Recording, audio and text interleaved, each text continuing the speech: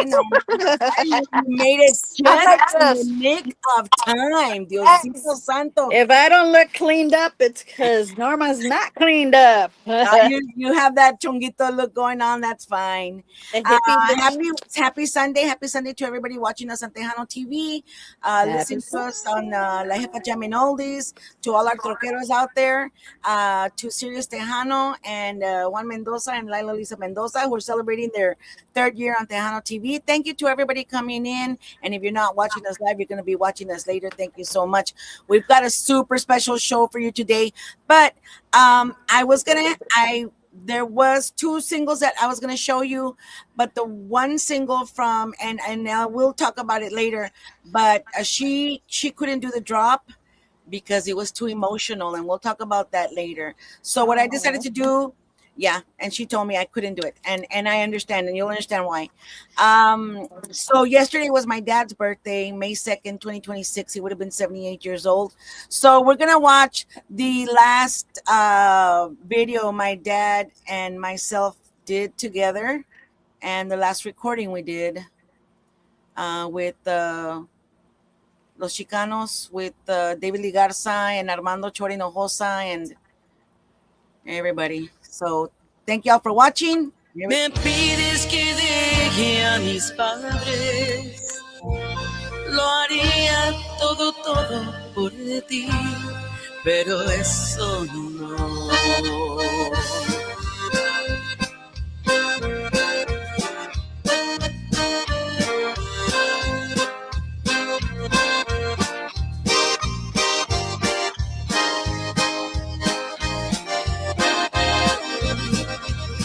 Me pides que deje a mis padres, que me vaya a vivir contigo. Dices que sería muy feliz al formar un nuevo nido. Tú sabes que yo te amo y yo quiero estar contigo, pero mis queridos viejitos no los dejo en el olvido. Yo haría cualquier cosa por ti. Sabes que te amo tanto. Haría lo imposible por ti. Lo haría todo por ti. Pero eso no. Pero eso no. Pero eso no.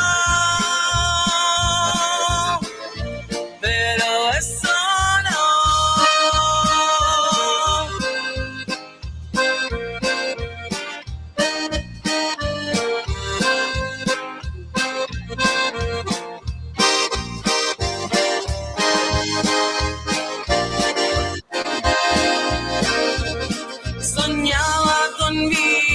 contigo, pensaba ser tuya para siempre,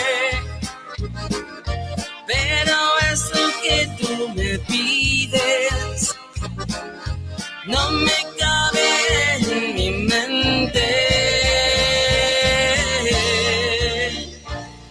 Yo hago cualquier cosa por ti, yo todo lo hago por ti. Sabes que te quiero así, yo todo lo haría por ti. Pero eso no. Pero eso no. Pero eso no. Pero eso no.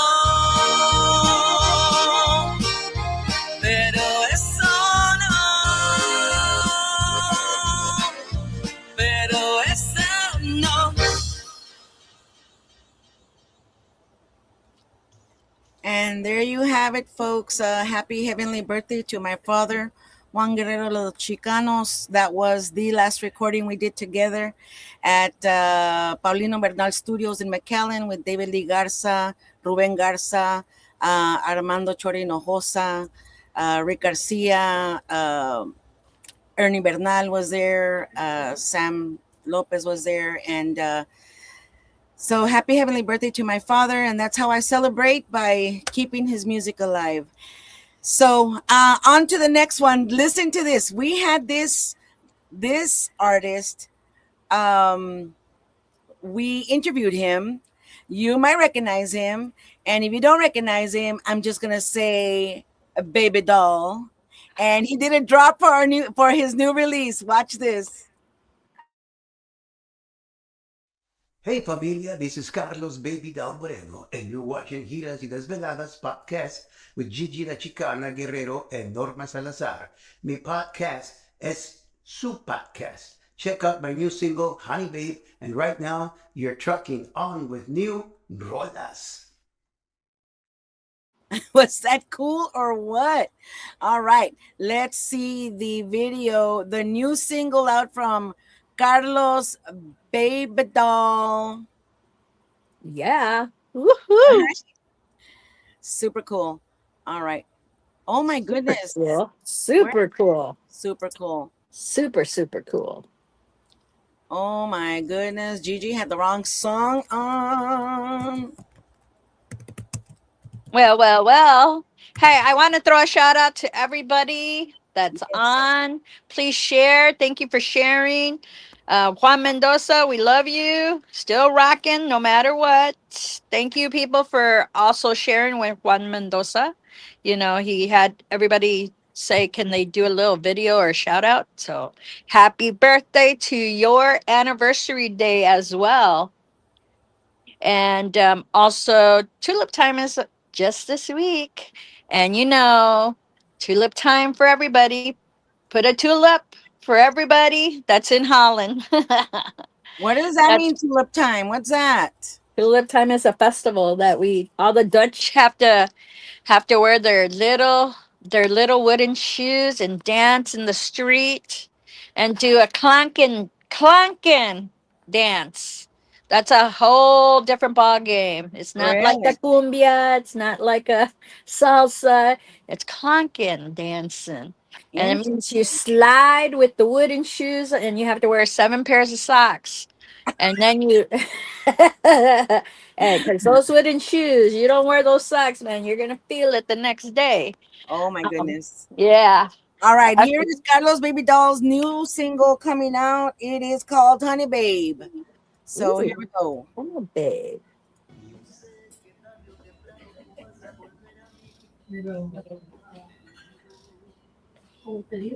Can I bring anything else? No, thank you, sir. I forgot to tell you that I love you. I love you too. Yeah. Como siempre. Yes. Okay, so then after this, we're gonna go get some drinks. Oh, for you. You're so sweet.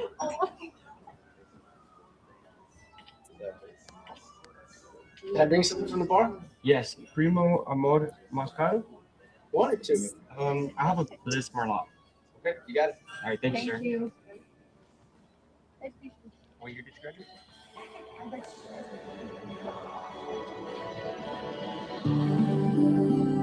Hola, honey. ¿Cómo estás? Ojalá te encuentres bien. Cómo extraño tu querer. Cada día más y más. I miss you, honey babe.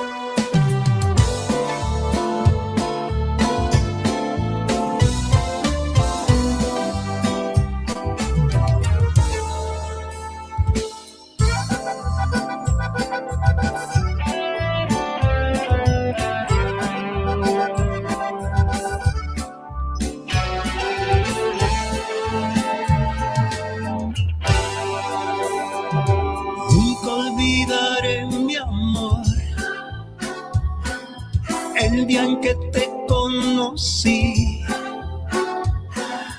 tú me viste y yo te vi. Entusiasmado te invité a bailar. Qué bonita sensación sentí muy dentro de mí cuando bailamos y bailamos. Honey, honey, babe. Después que se terminó la canción que nos unió, te sonriste y me sonreí. Y luego te pregunté, ¿cómo te llamas tú? Me dijiste sí y después me diste un beso jugoso. Honey, honey, babe, te juro, honey, te prometo que estaremos juntos para siempre, te lo juro. Bailaremos otra vez como la primera vez, te juro, honey, honey, babe, honey, babe, honey, babe.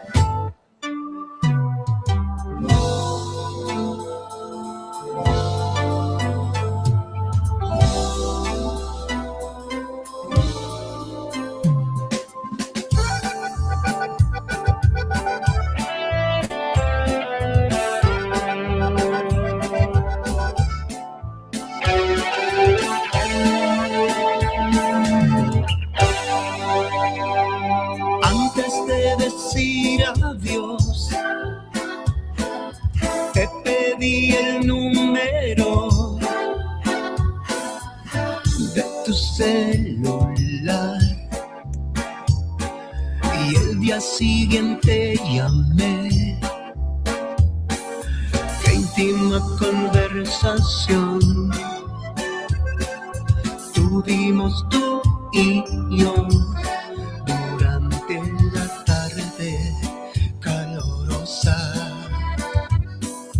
Honey, honey, babe, te juro, I swear, honey, te juro, honey, honey, babe, te prometo que estaremos juntos para siempre, te lo juro. Bailaremos otra vez como la primera vez, te juro, honey, honey, babe, honey, babe, honey, babe. All right, that was the new single by Carlos Baby Dom Moreno. Was that a smooth song or what? Well, he's got a smooth voice. That's why he got the honey dolls, man. I swear. Baby dolls. That's got that romance in it.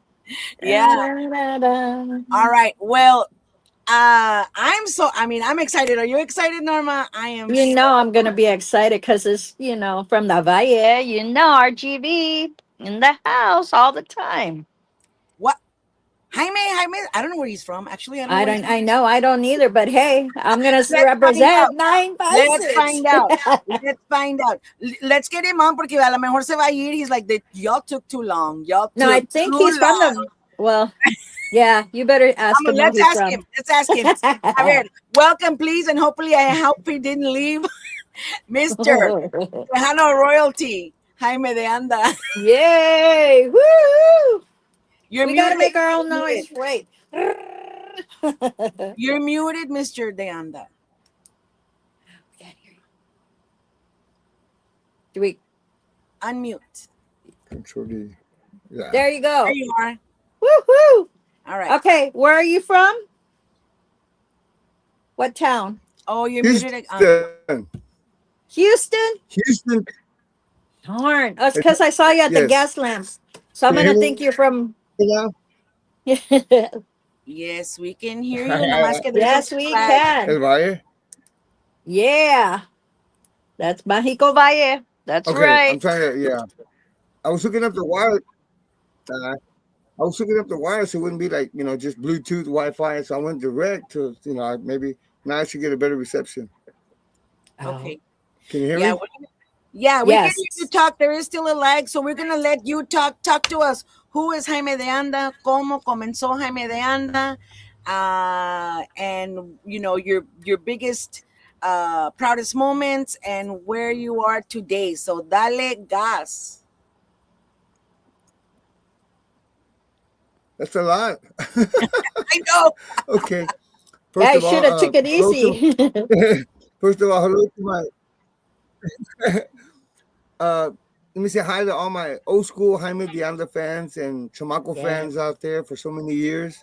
I'm excited to know that I'm still here performing at my age right now, and so many years have gone by. I've learned so much. I've accomplished so much. I'm thankful, for the man upstairs for what he Amen. does and the gift that he gives all of us. It's a blessing. Yeah. No, we can still hear you. We can still hear you. Yeah, There you go ahead. Okay. We're not It gonna went back talk, on? so you can just go. Yeah. Can you see just me? go. Yeah. Yes. We're all gonna. No. Okay. Are we there? Yep, we still can We're hear like you. disappearing. We're going back and forth. Oh, because Yeah. it's coming in and out, in and out. There you are. Yeah, we'll just let him talk. We'll just let him talk. Yeah, you go ahead and talk. We'll I tell know you it. if we can't hear you.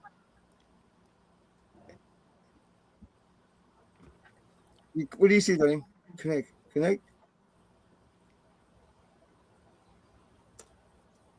Okay.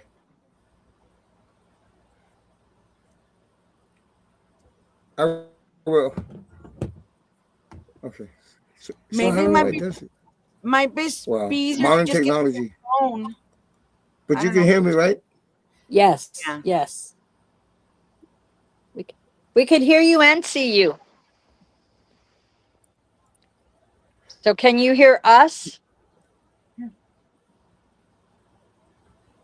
Right, Something's going on. You're on the stream. I gotta go to the login. I can try the phone. Yeah, try the Go phone. for it. Try the phone. We can Yeah. chit Try the chat. phone. Try Yeah. the phone. Let me do that. Yes. Let me see if I can do that right now. All right, we're gonna put on your video while you're doing You're that. right. All right, let's watch the last video that we had from. Okay. Yeah, we're gonna put on a video. Okay. Let's put on a video. Here we go. All right, this is Jaime De Anda's video. Vuelve.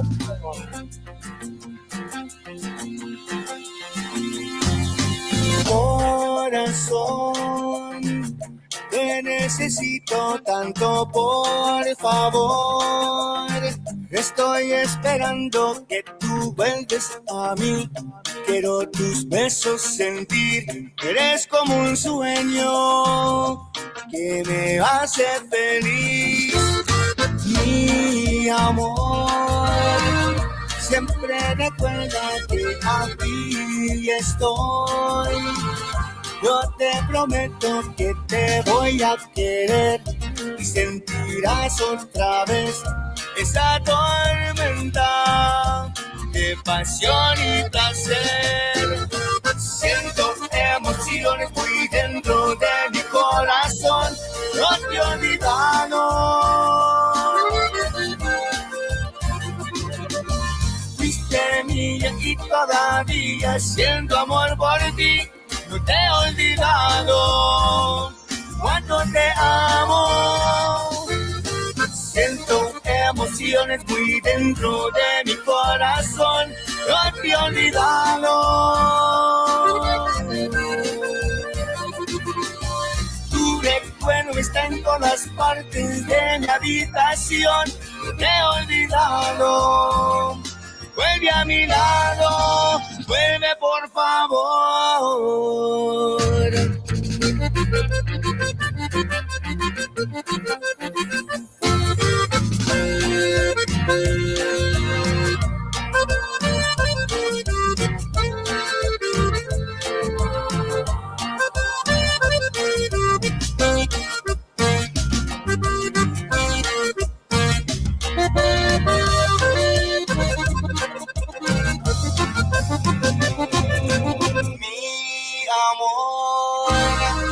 Siempre recuerda que aquí estoy.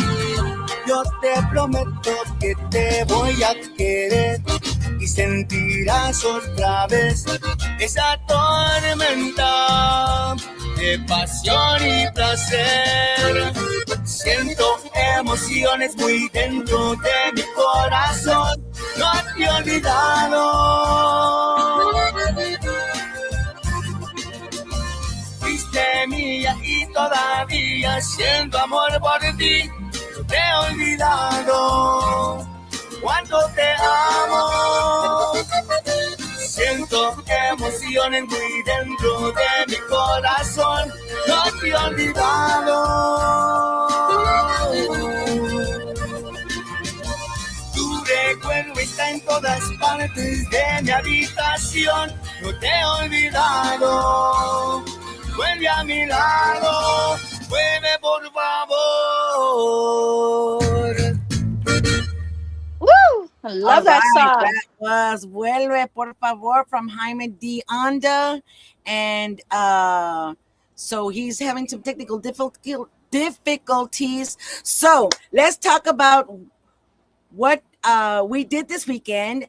I had a great time. And even though it was my dad's heavenly birthday, my daughter was home. So she took me on an early Mother's Day That's so nice. celebration. She took me to go see the Michael Jackson movie. I'll be seeing that in 5 o'clock at 5 o'clock with my sister-in-law Yeah, and my husband. spoiler alert, he dies at the end. Hey, where'd you go, Norma?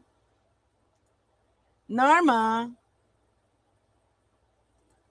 Hello. Hello, Mr. George Vences. How are you? And Imelda, saludos. Norma, I cannot see you. What happened? Norma. All right, we are experiencing technical difficulties here. I know, but that's okay. Gigi has plenty to talk about on her own. So anyway, I did go see the Michael Jackson movie, and I didn't know what to expect, and I did get a little emotional simply because I lived all those times. It's basically a documentary, and I was living through those times, and so I was. But I did enjoy the movie, and we already know how it ends, but it ended so nicely the way the movie ends it, so it's really good. Saludos también, Danny Noyola.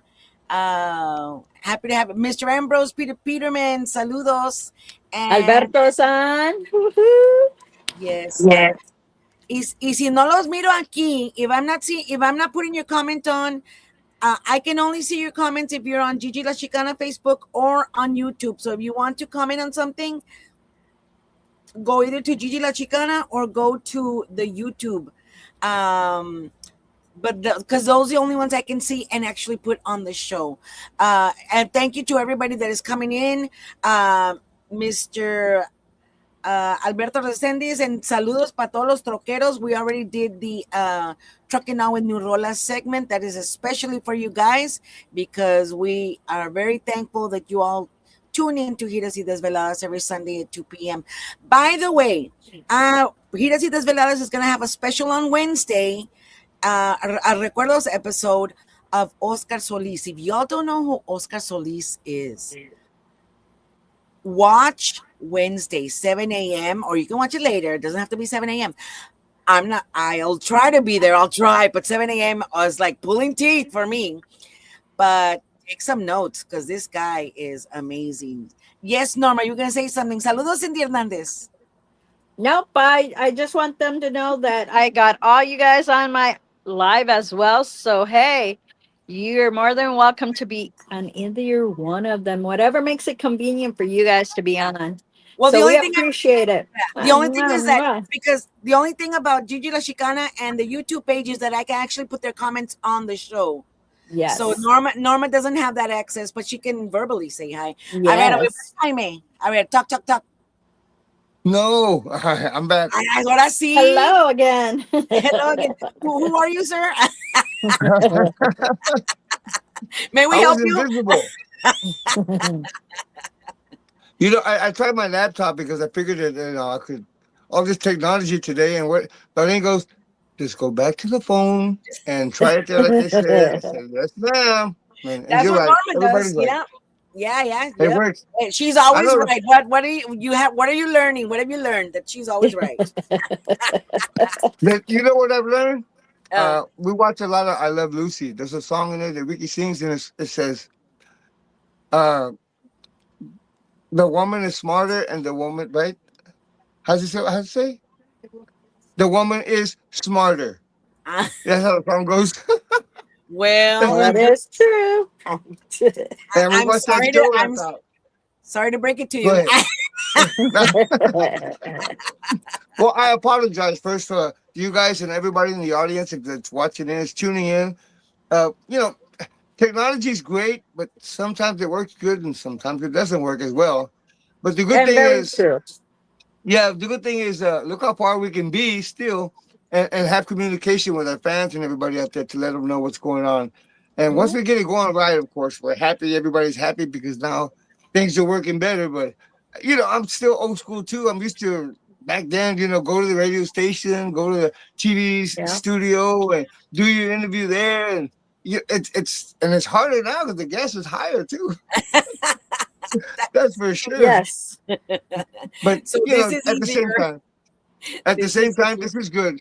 Modern technology does help a lot. Of course, we get to communicate. Now we get to communicate with our fans worldwide. That's a good thing now. People Yes, can yes. really catch up, and sometimes they can catch up too fast. Because back then when you play your live shows, people couldn't see it for a long time. By the time they got a hold of it, or fans couldn't hear from you because you had to write a letter. By the time the fans got it, hey, your second album. Wait a minute, I just got the letter about your first album.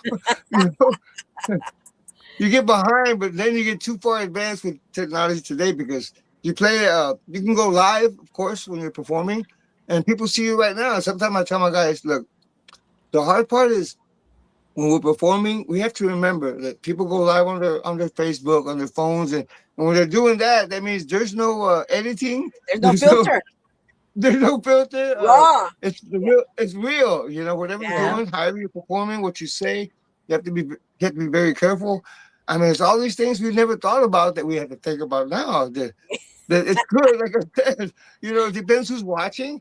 Because you have young kids, also our young Yes. generation that watches our Yes. shows and Yes. goes to Yeah. our performances, and I try to keep it, respectful. I try to keep it within uh the limits of because I've had kids too, and they're big already, and it's about teaching our young generation good vibes, the respect, Yes. about learning about how to treat each other, how to be good to one another, and how not to Yes. let the devil, the haters, get in too much where they try to, and it's tough. I Ah, know it is. just ignore them. Eh, Just ignore them. Yeah, I believe You and know what? I've been blessed.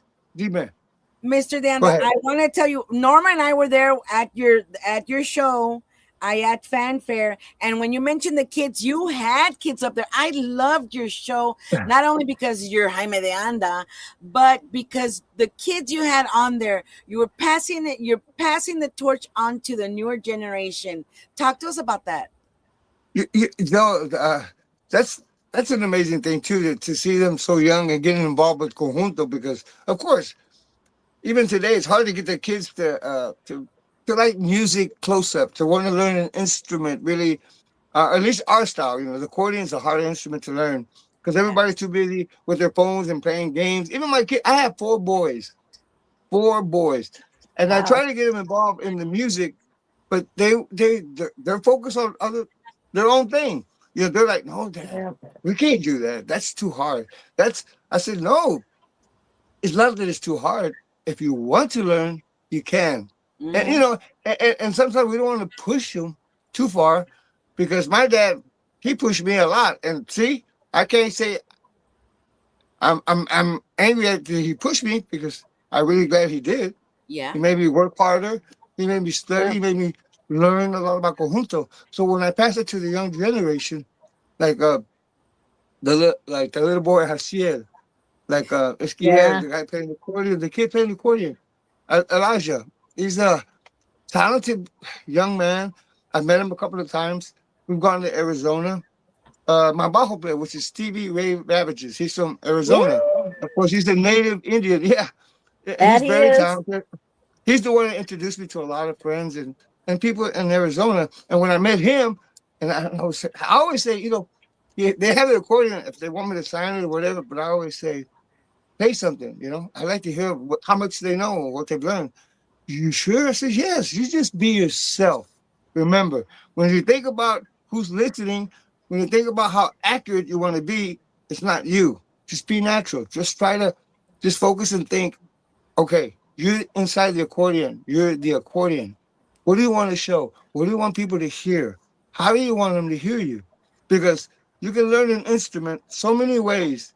You can learn it by flashing it, by being too hyper, by showing off, or you want to be natural.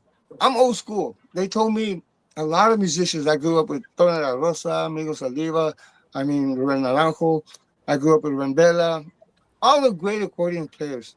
I had the pleasure of meeting almost all of them and getting advice from them. So they're telling me, be yourself, play from your heart, and people will hear it and they'll feel it. And that's what I told him. I said, Elijah, play. So he was playing it and he started playing Chado Mambo, one of my songs. He was playing, I went, and I'm listening. He goes, what do you think? I says, you have magic hands. What? You do. You have a blessing. You play very well. You play very well where it's understandable. I can hear your notes.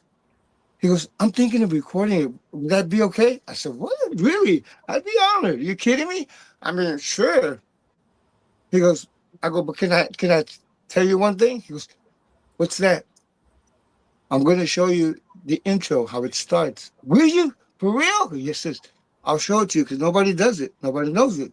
Because it's hard to imitate or to learn, anybody else's music to the T. I said, but I'd be honored. You're willing to record it. I'll show you the beginning, how it starts, and the intro and the accordion. He was like, no way. That's how it goes? I said, yes, it's hard because you're hearing it. Back then, I said, we didn't have YouTube. We had to hear the cassette, rewind it with a pencil, and play it again, and then listen to it, and use the pencil, rewind a little bit, and put it in Facts. play. He said, Facts. God, it was hard. It was tough back then, but we still did it because we wanted to learn, So and let me ask you, is it easier to learn piano as well? To no, play it's not. piano? It's Okay. different. I wish I could play the piano, but it's a beautiful instrument. I can't. Some people have multi-talented. They can play so many instruments, and the piano is one of the beautiful instruments that I've always admired listening to. And I tried to play it, but it's like you have to have good coordination with both hands. I have my coordination with my fingers playing the notes, and then with pulling the bellow in and out. Yes, I've tried it, and it's not easy. No. That's a challenging instrument that you have to have special talent also, but it's a beautiful thing. And like I said, Okay. every instrument is a hard instrument to learn at first, But if you really want to learn, and you really want that to be your instrument, or you want to learn several instruments, you have to study. You have to really brainstorm. You have to take time and be alone and learn what you can, because today it's gotten so easy for young generations to learn music that they're learning so much from other bands that you're being a copy band. You're being them. It's hard because to be yourself. Everybody, you have to, at the beginning, you have to listen to everybody. Me, when I was growing up, I heard, all these bands, conjunto players, like I said. And when I got into Steve Jordan, too, his music, I was like, whoa, what is he doing? That's another world. And I thought, you Yeah. see? But one man told me this, and his name was Tony De La Rosa. I played with him several times at Matamoros Ballroom in Houston back in the days. Everybody played there. Every conjunto band, every orquesta band played at Matamoros Ballroom. So that's where I got to meet and watch. I would be one of the fans that would stand in front. When I stand in front and would watch a musician play, I'm focused. I'm listening. I'm studying what is making him comfortable. And I'm asking myself, what makes him play so natural? How does he do it? Not even looking at the buttons and being himself. You see, so I'm thinking all these things because you have to, if you're going to be on stage, you have to take all those notes serious. You have to Yeah. study so many angles. You have to realize. And one of the things too I've learned that he said, okay, Jaime, when the show was over, Jaime, tocas muy bien el acordeón. Sabes mucho Pero, estilo. Yeah, he goes, pero sabes lo que te falta. I went, okay, he goes la regañada. I go, dime, señor, dime por favor. He goes, tienes que aprender tu propio estilo. I said, Yeah. ¿cómo? ¿Cómo? Tienes que tener tu propio estilo. And I said, pues, ¿cómo le hago? Yo no te puedo decir, pero si tú le sigues, lo vas a saber, va a salir solo, en tiempo. Si le sigues, vas a tener tu propio estilo, pero no vas a saber cuándo. And it's so true because all these years that I played Mingo Saldívar, I've learned, listened, Tono de la Rosa, Ángel Flores, Gilberto Garcia from Los Gilbertos, Yeah. Ren Vera, Ren Naranjo. Let's say, gosh, we have Ramon Ayala, we have Juan Villarreal, the crossover, and so much to study. Steve Jordan, Paulino Bernal. Did you know that Paulino? Well, I finally got to meet him, but he was telling me, Jaime, my name is really Paulino De Anda Bernal. I said, wow. what? He said, yes, I believe we can. And I was excited to meet him. That I've never met him in so many years that I was doing a show on the Johnny Canales show. I remember Pura Vida Awards in San Antonio. And Johnny was, Johnny, he's himself. He's always so natural on camera. Me and Johnny Canales, that's another story, of course. We grew up together. When he started his show, I helped him a lot. We traveled together. We worked together. We did a lot of shows together. Wow. I took him on the road with me. We went to Idaho, Oregon, Washington. Everywhere we gone, when he started his show, I helped him a lot to promote and to make him who he is, because he's another blessing that gave all those musicians a chance to be on national TV. Yeah. And he worked hard because he was a musician himself. Well, that was one thing he did. And being traveling and seeing people, learning so much, I studied all these bands at the same time. I heard Steve Jordan, all these bands. That night when I went back home, I thought, what does he mean? My own style. Oh, how am I going to do that? How am I going to find it? Because, I'm used to, hey, listen to this song. Oh, my dad would say, learn this polka, or learn chotis, learn redovas, learn guapangos, learn boleros. Hold on, Dad, wait a minute. Well, you want to learn the accordion? I don't know. I'm starting to have second thoughts. It's a Man, lot. It's a lot. It's a lot on your mind. it's a workout. Brainstorming, yes. And then I thought, I love to dance. I danced with my sisters. I danced so many styles. I was learning how to dance guapangos. I was learning how to dance chotis. I would dance ranchero. And then when I finished with dancing with my sister, I walked back to the front of the stage, and here I am, watching the accordion player. Yeah, watch the bajo player. Watch the drummer. Watch the bass player. I mean, I put my mind to work and think, if you want to learn, you have to work at it really, really, really hard. So I thought about what he said, your own style. Oh, how am I going to do that? Where am I going to find what? I couldn't sleep all night. I kept thinking, what am I going to do? He gave me a good one there to think about. And I thought, wow, that's a hard one. So magically, he's right. One day I was in a restaurant, and they were playing Tejano music and conjunto music. We were in the booth, and my song came out, Pájaro Negro. When the song came out, I heard someone, yell out, yeah, listen to the accordion, listen, that's Jaime on the accordion. I even went, what? Who said that? He goes, listen to how he plays. and he doesn't even know I'm there. And I'm listening to what he's saying, and I'm listening to myself and thinking, okay, what does he mean? Don't tell me that I'm creating my own style. Don't tell me that it. What? You know, it was. I was thinking and thinking. I'm thinking, is that what he meant? And I thought it's true. Back then, if you heard any song, pretty much you knew who was playing. You knew Yeah. the band. The You could style. hear you could hear any style. You hear Mas, you hear, Mafia, you hear Roberto Pulido, Sombra, you hear, then now the chamacos back then too, Jaime, all these, Tona Rosa, uh, when you hear them, when they play the music, you think, now I know what he means. You can distinguish each and every band because they have their own style, and I thought, is that what he means? I kept thinking, now how do I keep it going? How do I stay on that? How do I stay on there where I can keep it kind of exclusive because I'm still studying, I'm still learning. And one thing about an instrument, it is you can never say that you're done. No, you will never stop learning. That's the hard thing. You'll never stop learning the instrument. Whatever it is, you're going to learn so much. You're going to learn so much more. You're going to think it. Because when you start creating, that's when you feel like, oh, I see. Now, when the creation comes in, it's what makes you brainstorm more because you're trying to think, okay, now I have to get away from all these accordion players and think, what can Jaime do? Yeah. What can Jaime come up with? Can I come up with a polka? And I've written quite a few polkas and about 4 wapangos. Within time, I thought, you're making up things. You're practicing. You're creating. You're thinking, wait a minute, what? Let me do this. Let me try this here. And I would make up a polka. And I thought, but is it mine? Is it mine or is it pieces here? Because you still got so many ideas. Right. And I thought, yes. My first polka was, I think I called it Mas polka.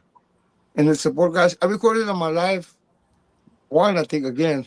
But at the time I was young, I started, putting accordion polkas together. And back then, the tuners that tuned the accordion were old school. Chema Sanchez from Houston, Vidal Jaime from Houston. These men, I love the old school because why? They're hardcore. They tell you like it is. They're going to explain to you whatever they know, whatever advice they have, they're going to share it with you in a good way. And I grew up with a lot of adults because I started playing the drums at the age of 5.5. Wow. So here I am at the age of 5.5. There's pictures at home where I was with my dad. My dad was the bajo player. So he was a mechanic during the week. And on the weekend, he would be with his compadres. One was a accordion player, one was a drummer. So there was only 3 instruments back then. So it was accordion player, bajo player, and drummer. No bass player then. So I was hanging out with my dad every weekend.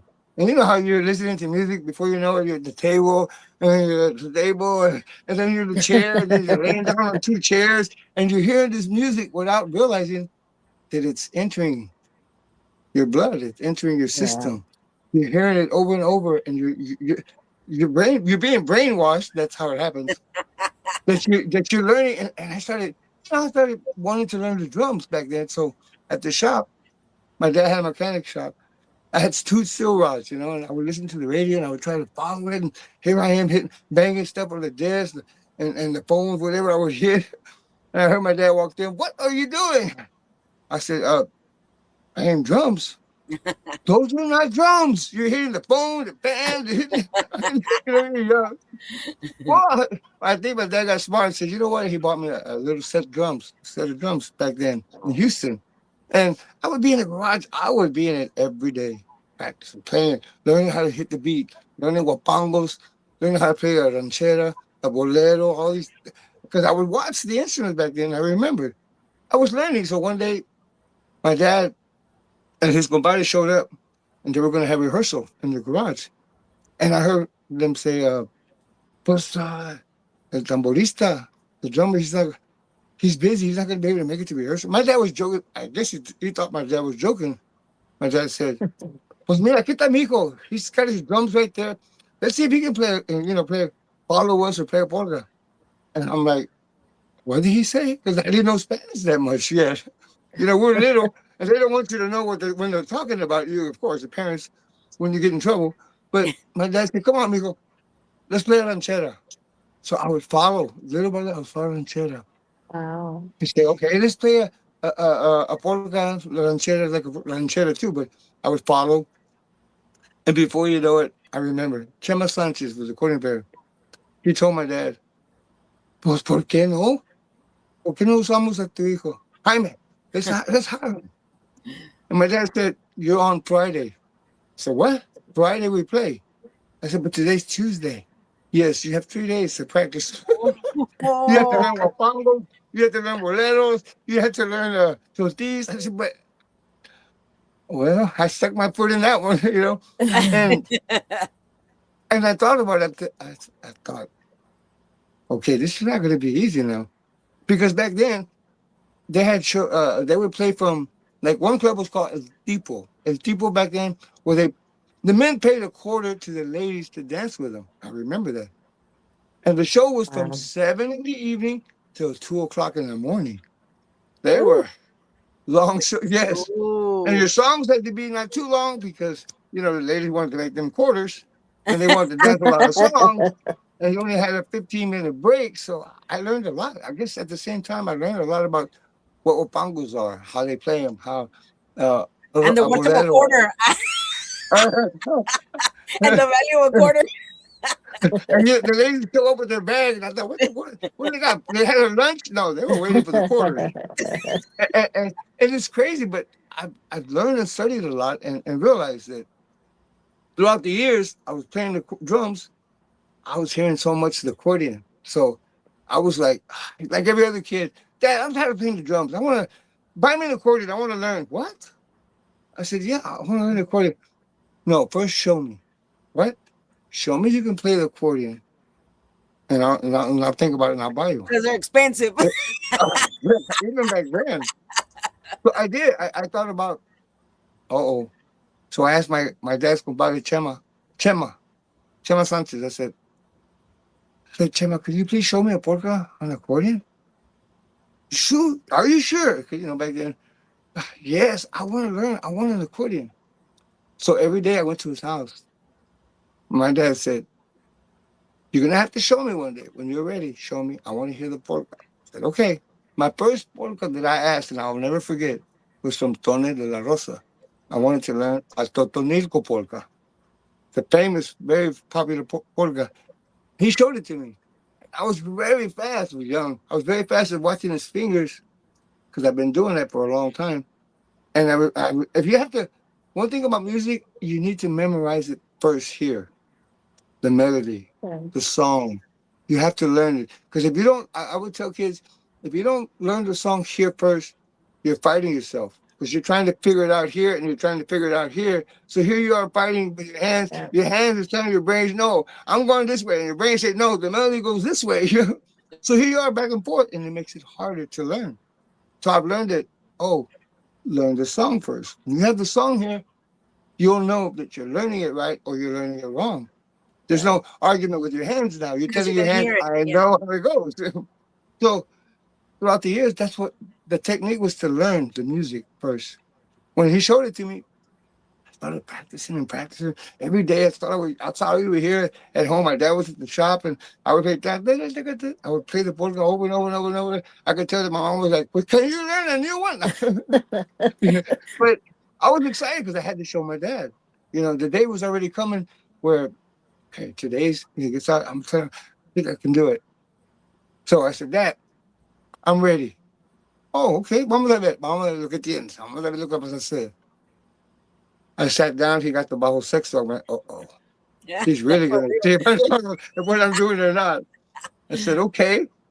He goes, "What key are you in?" I said, "Oh, I learned my keys in Spanish, but I just gave him the notes. I remember." So I started playing the polka. I was playing it. I was smiling myself, and I thought, "Yeah, I can do it. I can do it. Okay, I got this." I was playing the polka all the way through, and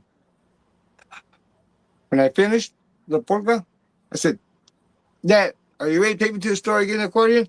And I said, "Wait a minute. Wait. So what do you mean? Learn another one." "What?" "Learn another one." Because you learn one polka, does not tell me that's good enough to go buy an accordion that you're going to keep playing. I went, oh, that's a good one. I had to learn Wow. five Oh, polkas to prove to him that I wanted an accordion. Because he's right. He was smart about telling me, if you really want me to get it, it's not a toy. You're not going to play it for an hour or two and then you leave it there. No, Yeah. we're not going to Toys R Us to get one. Yeah. Yeah. so, Yeah. so he really did. He had to learn five polkas. And as I so was learning them, go ahead. so is that why you're really picky about your band members so that you could make sure that they know their instruments? Because you got some good, good guitar player, bass, or I mean, I don't know my Yeah, instruments. So, yeah, I you're right. mean, Bass player and drummer. yeah, Uh, they are throughout, skillful guys. throughout the years, when I first started with, of course, my dad, I was learning. There was no bass player, but I was learning about it because you had to be the bass player with your foot and the drums. And my dad he wasn't fancy on the Baco yet, but he knew his chords and stuff like that. And he would tell me, if I would go backwards or play forward or I was in off tempo, all these things, he would kind of guide me. And I thought, God, that's a lot to coordinate with other Yeah, musicians. When you have your band, when you start playing with, that's why they say, that's why there's called practice and there's called rehearsal.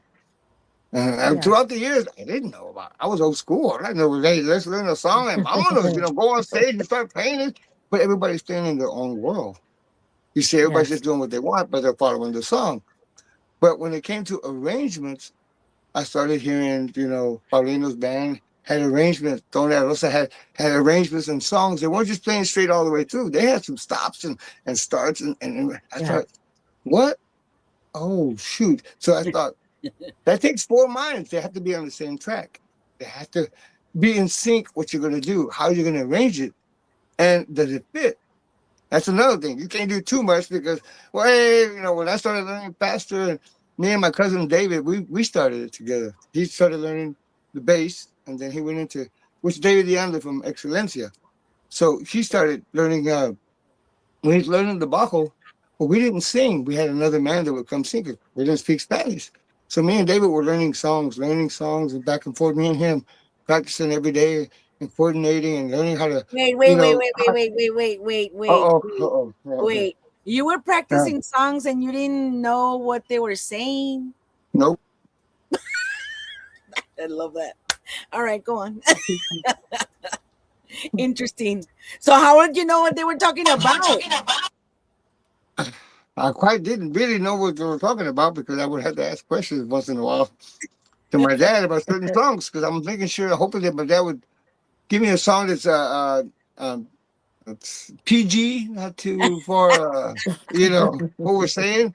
And at the same time, we're learning Spanish though. We're listening to the song, we're hearing the words, and I was a person that the melody has to be catchy for me to like the song first. yeah, And that's the hardest thing about being a songwriter. You can write a song, but can you find the right melody that's going to grab the attention? That's the hard part. You know, I would tell Darlene, God, it's so difficult because back then, she was like other fans, she would listen to music and enjoy it, And she's been around with me so long as she studied music now. She runs sound once in a while in my ear monitors, not outside, but the ear monitors. She was studying to learn and distinguish all the instruments and how to hear them and what they should sound like. And she's like, because she went to the studio with us every time, and she's like me. I would see her sit there and listen and listen. And then when we traveled on the road, she put the radio on. She goes, "Hey, listen to that. Did you hear the hi-hat here? Did you hear the cowbell?" I said, "What? Yeah, did you hear how he's doing it?" I thought, "Do you know what you're doing?" She goes, "What?" I go, "You're being an engineer. That's distinguishing sounds already."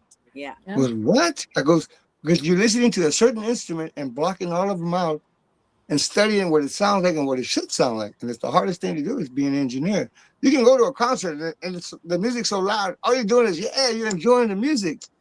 But when you start dissecting the music and listening, you could say, wow, it sounds good, but that bass player, the bass sounds too. Now you're studying. Or the guy is singing, you hear him, but he sounds muffled or he sounds real thin. You see, you're studying. I go, now you're not going to enjoy music as much because every time you hear a song, you're going to be studying the song. She's Yeah. like, oh, You're gonna be hearing so when she everything, goes, how it's supposed to sound, yes, how not supposed to sound. exactly. And especially when I go on stage and play, she tell me, you made a couple of mistakes here tonight, didn't you? I went, uh-oh. Now she's noticing. She's noticing notes, I mean, sounds. And Stevie, he's a fantastic, I mean, he's learned a lot. Oh yeah. I met him when he was 13. But, yeah, I mean, Holy cats.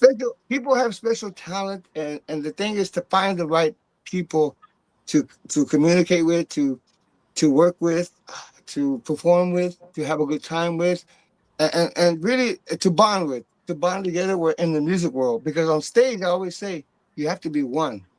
Everybody has to be one. And sad to say that sometimes there has to be a leader because if everybody wants to lead in the song, imagine how many arrangements that one song's gonna have. It's Oh, gonna I get want to do this. I want to do this. I want to do that. I can do this. Yeah. The song sounds like it sounds like a scramble. yeah. Now I understand how certain arrangements and certain songs fits, and too much doesn't. So Jimmy Gonzalez, by Descanso Señor, he told me one time, I was talking a lot with Jimmy, and one of the shows, he said, "You know what, Jaime? Can I can I tell you something?" I said, "Uh oh." No. I said, "Please do." He goes, when you first started, I started hearing you know, back when I recorded with Freddie, because I came out with the potpourri, and he goes, I could not stand listening to your music. I said, "Thanks a lot, Jimmy."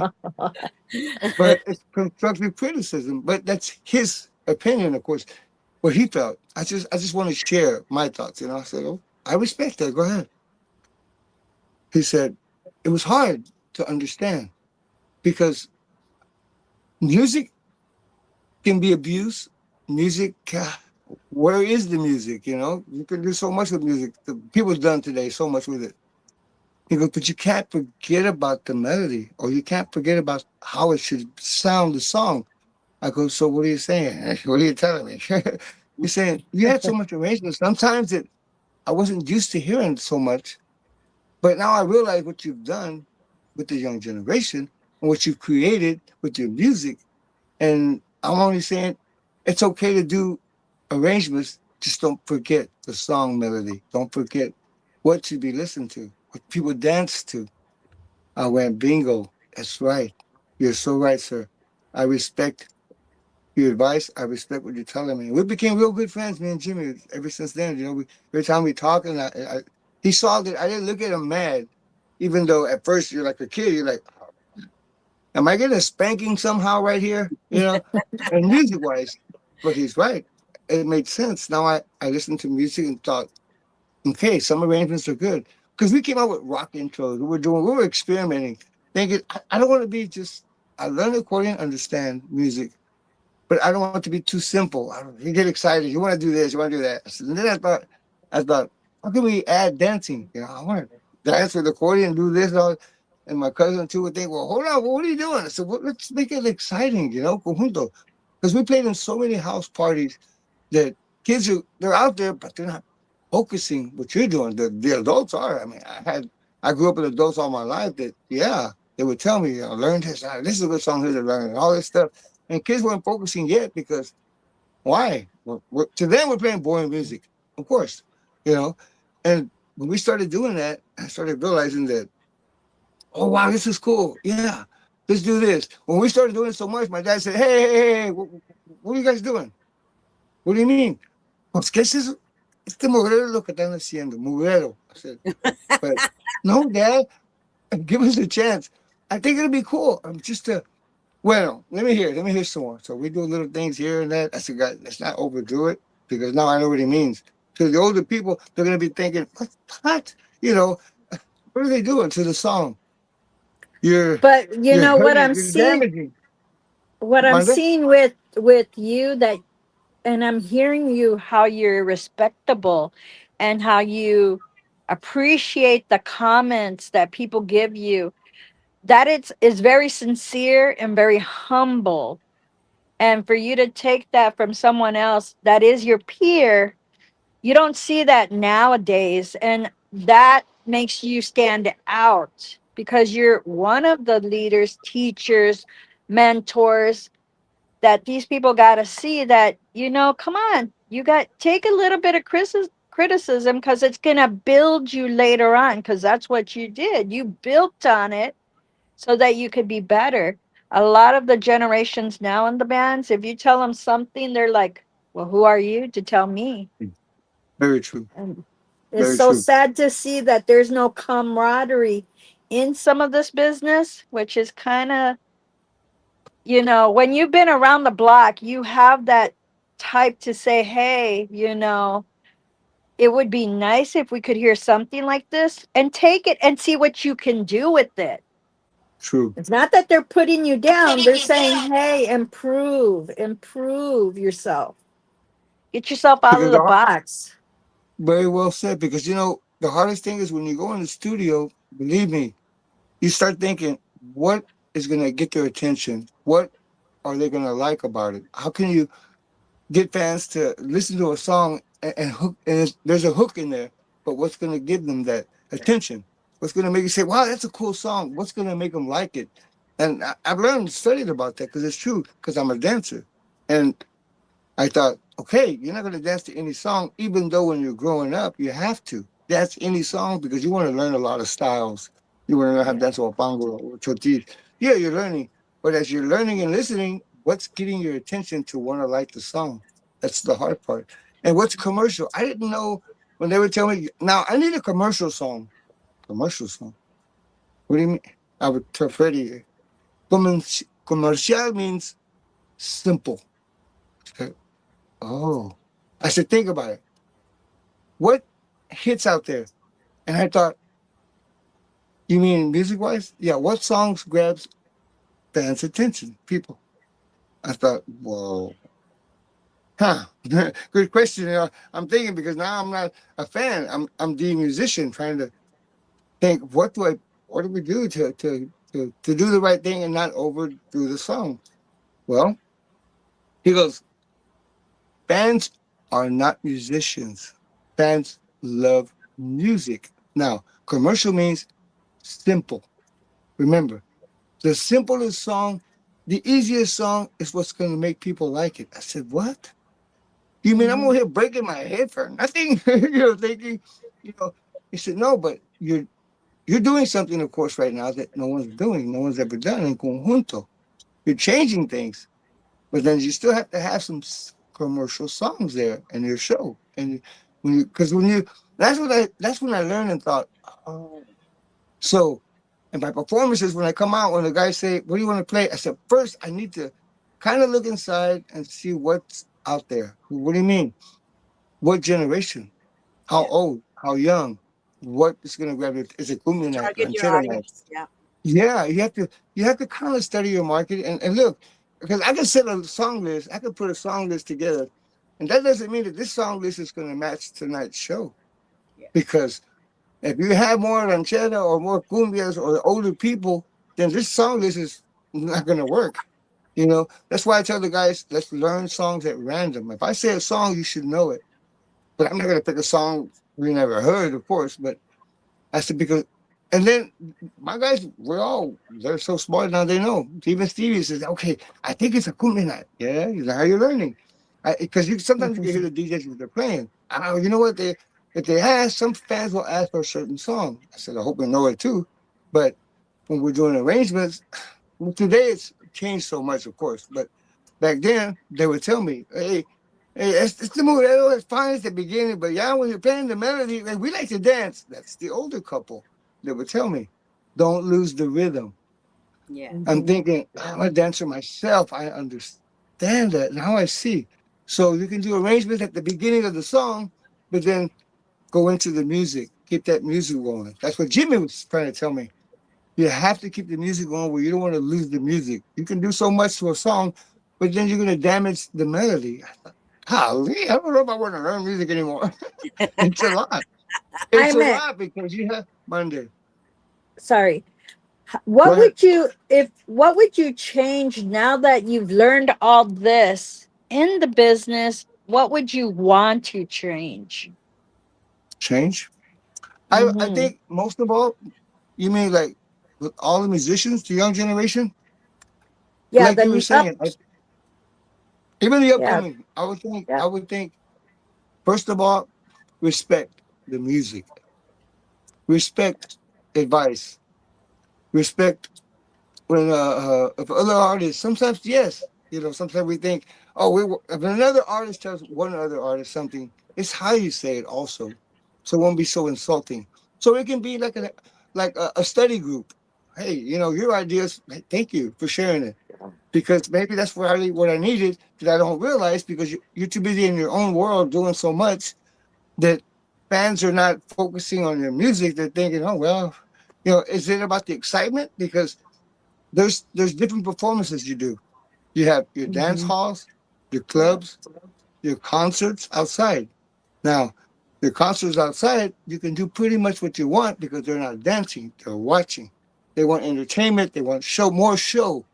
Now, I grew up in the valley. My dad told me, if you can play good music, if you can make it in the valley, you can make it pretty much anywhere. And it's true. From Laredo, Texas, all the way down the border to Brownsville, if you can get them dancing and they like it, you're on the right track. So Let me that's ask when you. you Let me ask you a question, in which I sure, know the answer somewhat. The Valle is the most hardest person. The people there are the hardest people to please because they love to dance. very true. Remember La Grulla, Alto Bonito? Yeah.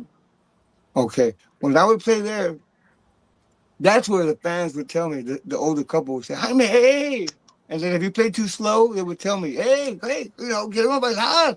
Is it a bolero or ranchera? I'm like, man, these people are rude. But true.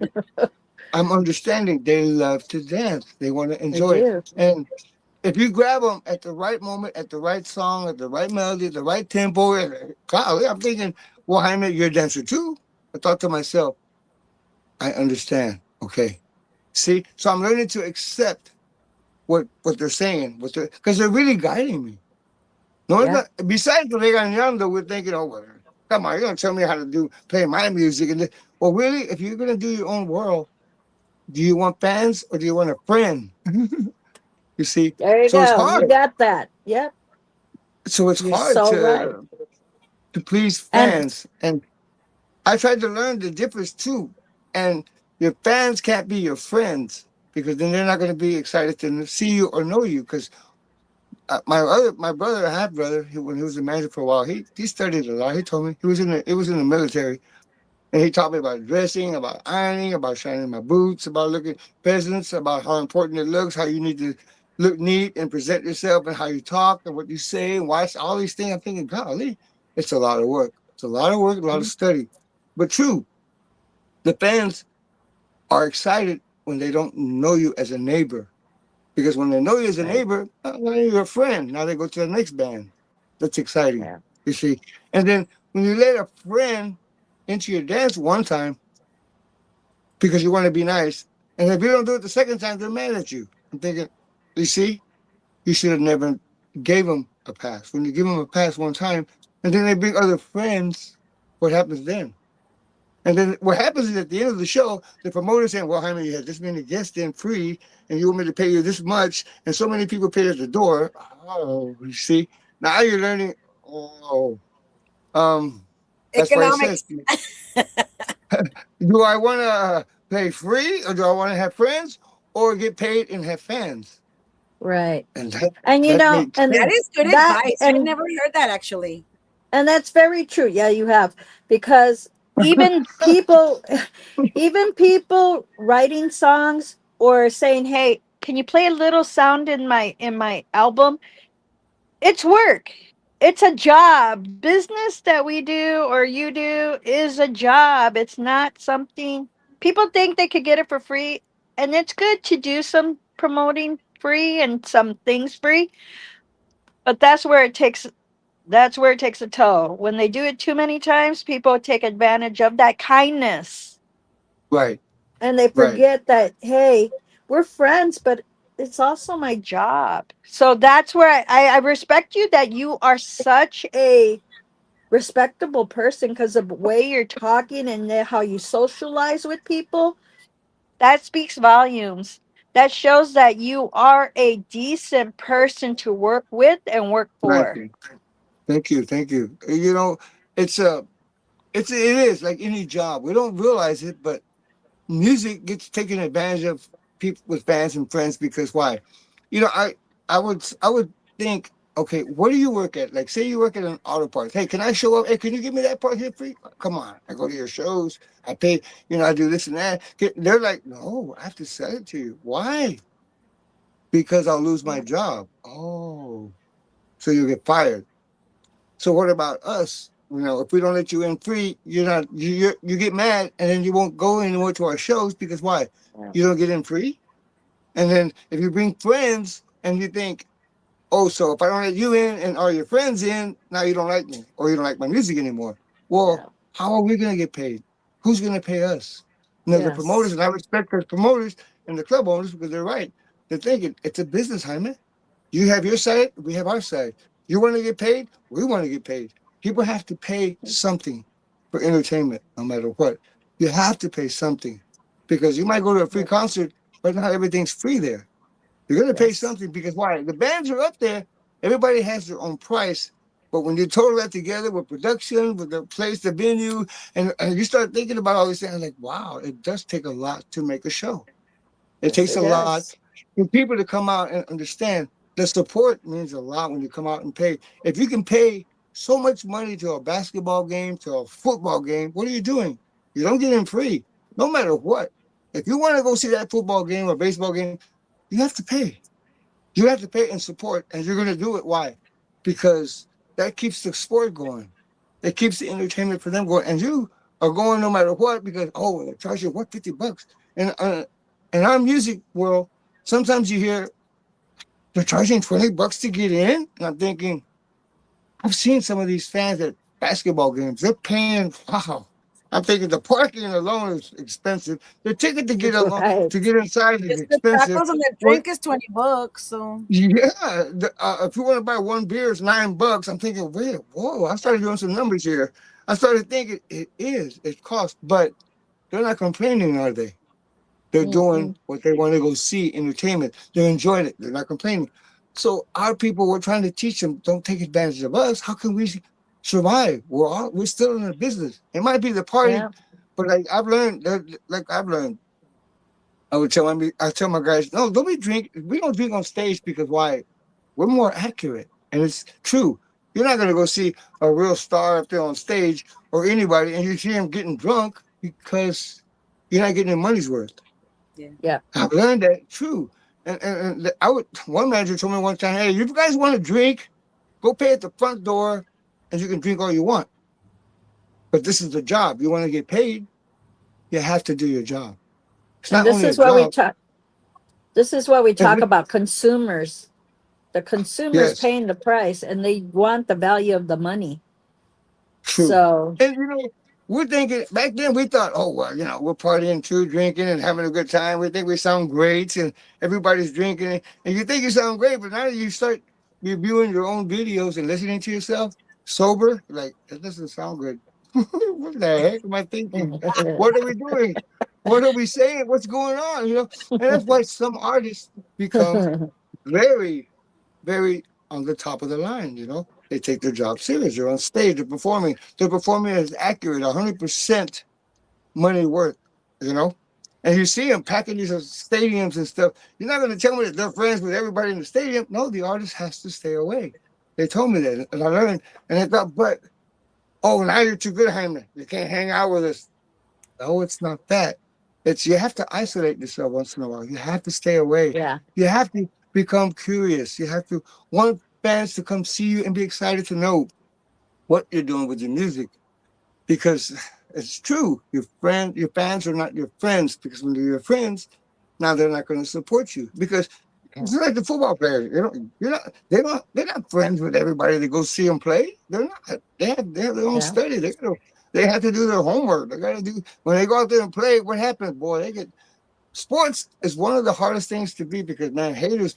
I've seen that haters get mad when they're like, oh, watching the football game, oh, I could have caught that, I could have done this. Yeah, you say all these things, but you're not in it. You're not there Yeah. doing it. And I realize how serious people take sports. And it's okay, it's fun, but don't do it when you want to hurt somebody because you're taking it overboard. You want to, or because this team against this team, or your team lost, and you want to go beat up the other team because you think you could have done better. Wait a minute. Now it's not sport and fun. Now it's about a war. It's not a war. It's about entertainment. You're gonna win. There's gonna be one winner and one loser. There's only one God and one devil.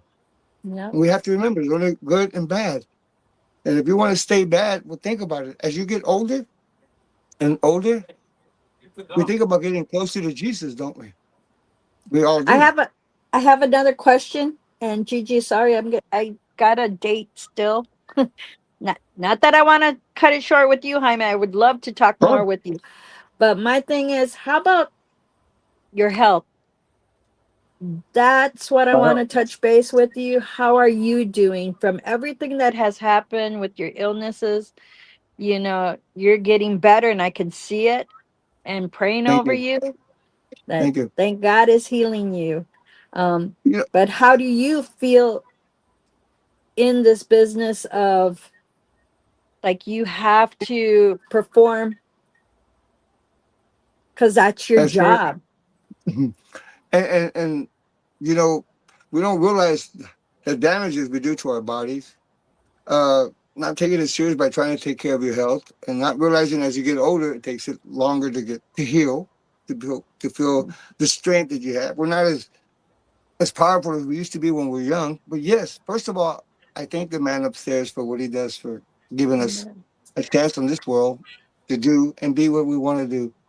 And I thank the fans for all their prayers that of course, the biggest medicine is prayers, and I strongly believe that because I have gone through, the first time was from secondhand smoke. Yeah, when I grew up, it was cool being in the clubs and the bars, but God, dog, people smoke like it was a foggy night every night, and you smell it on your Yeah. clothes and you smell it so much, and I didn't realize that it would catch up to me one day, and it did. It. I guess one of my lungs, they would tell me when I started coughing real bad and didn't realize it. I was going to have a show on a Thursday, and I was coughing, and before you know it, I was coughing, and I was coughing up a little bit of blood. And I thought, okay, this has got to be serious. We're old school. We don't go to the doctor just for any reason. It's got to be Yeah. something serious. I went to see the doctor, and he told me, he says, we're going to run an X-ray and all these things, and if we see that they're gonna stick a tube in you. I said, what? I'm scared of needles and stuff. I said, we're gonna have to stick a tube on the side of you to get inside of your lung to see if you have any blood in there. You no, you're gonna do what? I'm like, stick a tube. So, okay, we're gonna find out. This is where you're gonna realize what your body's gone through for so many years. How you're taking care of it, or you're not realizing. Well, when he did that, he goes, doctors always say, you're gonna feel a little discomfort. I said, I'm already feeling it now just seeing you. And he did. He did. I don't know how he did it, but he stuck a tube in the side of my lung. I didn't know whether to say scream or say, wow. I felt something, but what the? So I started waiting and I see the tube. And before you know it, yes, drop a little blood, drops a little blood. I went, oh my God, what's that? So the doctor says, okay, now that we see that there's blood in your lungs, that's a very bad sign. Yeah. Mhm. This is why you're coughing so bad. That means that your one lung is not working as well. So I'm thinking, but I have a show tonight. He goes, I'm sorry. I can't Yeah. let you go. You're not going. He goes, it's like grabbing a balloon. If you take out all the air out of a balloon and it's flat, what happens? No more air. You're not going to, this could happen to your lung. This is how bad it's damaging right now. So how long am I going to be in here? Because I got the show Saturday. He's like, I don't know, but I can tell you this. Dude, I'm performing this weekend. Oh, so see, now we don't even know that about health insurance. We don't realize health insurance and eating well and staying away from smoke and what's bad. And now you're paying attention because why? Because you're in the hospital hearing what you should be doing. Yeah. And I thought, oh, so the first thing is, okay, you're going to be at home for a while. You're going to be, what do you do? I said, well, I play the accordion. Oh, so you're a musician? I said, yeah. You know, you're going to have to stay away from cigarette smoke completely. Wow. What? Because I said, but I play in clubs. I understand. But if you keep smoking, it keeps inhaling this smoke, it's going to really get to your other lung, and then you might as well say bye. I said, wow, that's going to be tough. So, you know, it's a lesson we all learned, but it's scary and dangerous. But I learned a lot. And I'm glad that non-smoking started coming around in restaurants and stuff. So I guess now that everybody's thinking about it, it's good. And I said, I'm not even a smoker. My dad was, you know. So you learn that in your health wise. So he says, what do you play? I said, well, I play the accordion. He said, well, that's a good instrument for your lungs. So whenever you feel that you can, play the accordion, play it. You exercise your lung, get it back in shape again. And it took time. It took so much time to realize, you know, when you hurt your body or something important in your body, it takes time to heal. It's going to take time because it's not easy to do, to get yourself back 100%. At the same time, you're trying to get yourself back 100% and you're thinking, God, but when you get on stage, when you're performing on stage, studio work is one thing, and you've done it before. You know, being in the studio singing, you're comfortable, it's easy, you know, it's the environment's different. But when you're on stage, it's totally a different world because it takes a lot of energy. It takes a lot of power. It takes because now it's live. It's you have to be stronger. You have to be in good health, really, in order to keep that energy going. Yep. And that's why I'm learning also how important it is to try to eat healthy, try to stay healthy as much as possible. And throughout the years, well, the hard part is, can I still do the same job? Can I still perform the same way?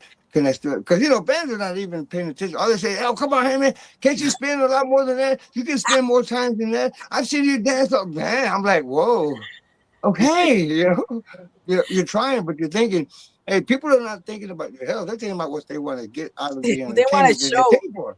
Yes, yes, and sometimes you feel when the show's over, you think, golly, that hurts to hear the haters be so rude and mean, not realizing how you feel. But then you start to think, but they're just being themselves. They're paid for a show, and that's what they want. You know, they want entertainment. They want their money's worth. So it was hard, but I feel great today. Thank God that, Amen. you know, I'm getting there. To me, I'm almost 100%. It's not easy, especially when I went through this last time because it was carbon monoxide that got into my system and didn't know. I didn't even know. So that's the doctor's like, well, I don't even know how you survive, but you're still here. I go, well, I guess I got some bills to still pay. That's probably why. Probably why. But I think the fans out there, and sure, some fans are, oh God, he don't sound the same. But well, it's not easy. I mean, when you have an operation, you don't come walking out of the hospital and you're 100% the same person as you did when you walked in because you're going to change. Things are going to change. The hardest thing is to work at it, you know, therapy, speaking, how to talk again, and it is hard. It's your body took a good damage in your system where, hey, to get 100%, it takes time. And I'm hoping that my fans understand that, and I appreciate those that are understandable because you know you can tell. I mean, today it's nice to know that people have their own opinion, but sometimes certain opinions can hurt where we're still human. You know, it's I understand you want to make it seem like everybody is a producer, is a musician. Oh, I can play better than that. Oh, I can do this, or I can do that. Sure, anybody can do whatever they want. But when you hear the hater part and the oh, he don't sound good anymore. Oh, he don't sound the same anymore. Oh, he can't play that good anymore. Why do you want to knock someone else down when you don't even look in the mirror and see your own faults? So that's why they say it's nice to be kind to one another. I try to remember that myself because when I was young, I thought, oh yeah, and nobody can beat me. I'm thinking, oh, my dad would say, look, don't think you're always the best. There's always somebody better. Yeah. I said, well, thanks a lot, Dad, but it's true. It's nice to know that because you could be number one today, and you could be nobody tomorrow, and that's where it hurts, and that's where you realize it. Es What does it como el take to keep it? columpio. La vida es como See, el columpio. see, A se veces sube y estás baja. arriba y a veces estás abajo. Exactly. Jaime, When I just want to tell you, I have to leave, and I'm so sorry, but I have I do people too in a from minute. Houston. People from Houston are here visiting Thank you. my sister-in-law, so Oh, I gotta go because we gotta get I going do to too. another place. So Well, I was I, gonna it say was a, I did. Go ahead. Go ahead. I'm All sorry. right, it was a we can. Do you want to wrap pleasure. up the show right now? Este, we didn't get around to telling everybody, all the fans that came in. What? Araceli Fuentes, dale gas, dale We're, gas. I tell you what, we have to have a part two because also I Yeah, we forgot that do. I'm gonna go see Michael Jackson's movie because we bought tickets already, and I'm thinking, that's one man that worked really tremendously hard, and look what he did, and look what he's gone through. Also, he's human, but in the entertainment side, he's number one. He worked hard. He did what he did on No stage problem. because he took it 1,000% serious. He's one of a kind, like Elvis Presley, Hey, like you're Wayne gonna Newton. laugh, I wish he was Jaime. You're Monday. gonna laugh because that's where I'm going with my Hey! sister-in-law. So we'll be at there on the second interview. We're gonna talk about that Michael Jackson.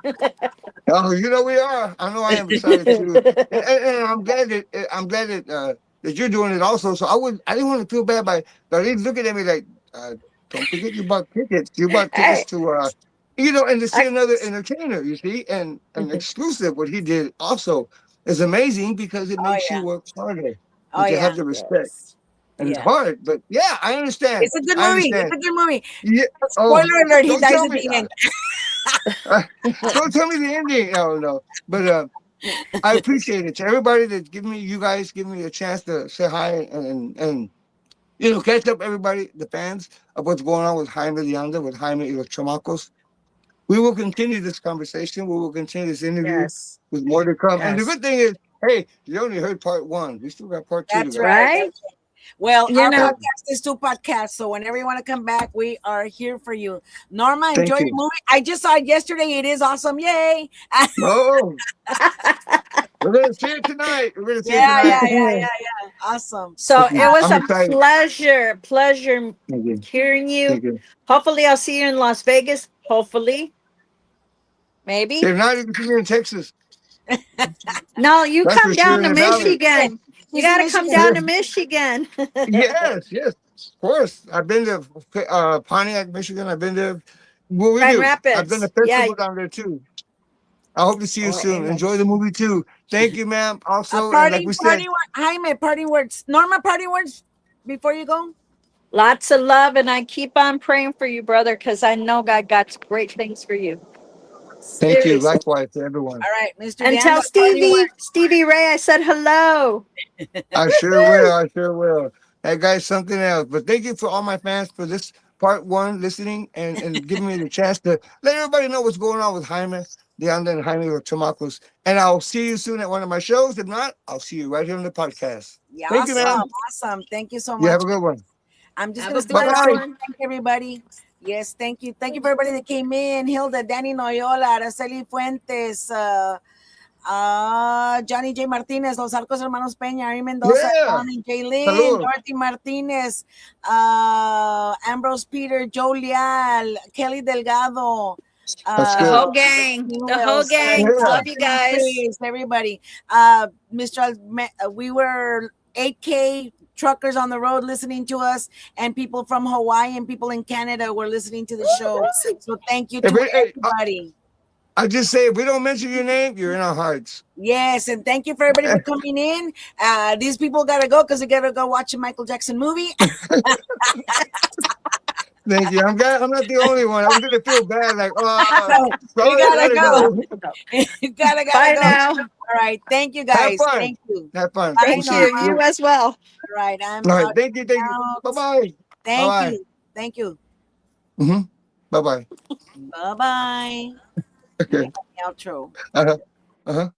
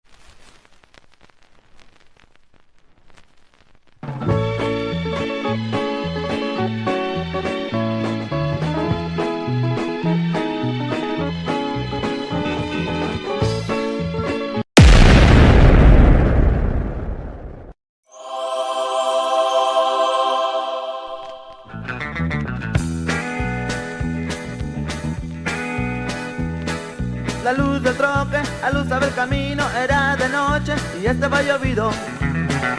Qué noche tan fría. Y el motor iba acelerado haciendo ritmo con el radio. Ya vamos llegando. La vida se me va a acabar de tanto manejar sin fin. La vida se me va a acabar de tanto manejar.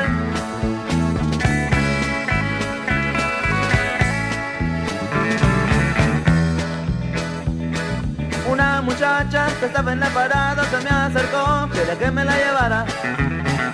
Casi era una niña. Oiga, mesera, sirva café caliente y no se tarde, que mi troca me espera pa' seguir la corriente. La vida se me va a acabar de tanto manejar sin fin.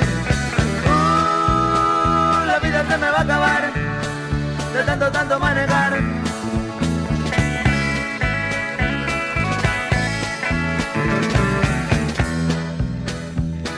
La luz del troque aluzaba el camino, era de noche y estaba llovido. Qué noche tan fría. Y el motor que iba acelerado hacía ritmo con el radio. Ya vamos llegando. La vida se me va a acabar de tanto manejar sin fin. La vida se me va a acabar de tanto manejar.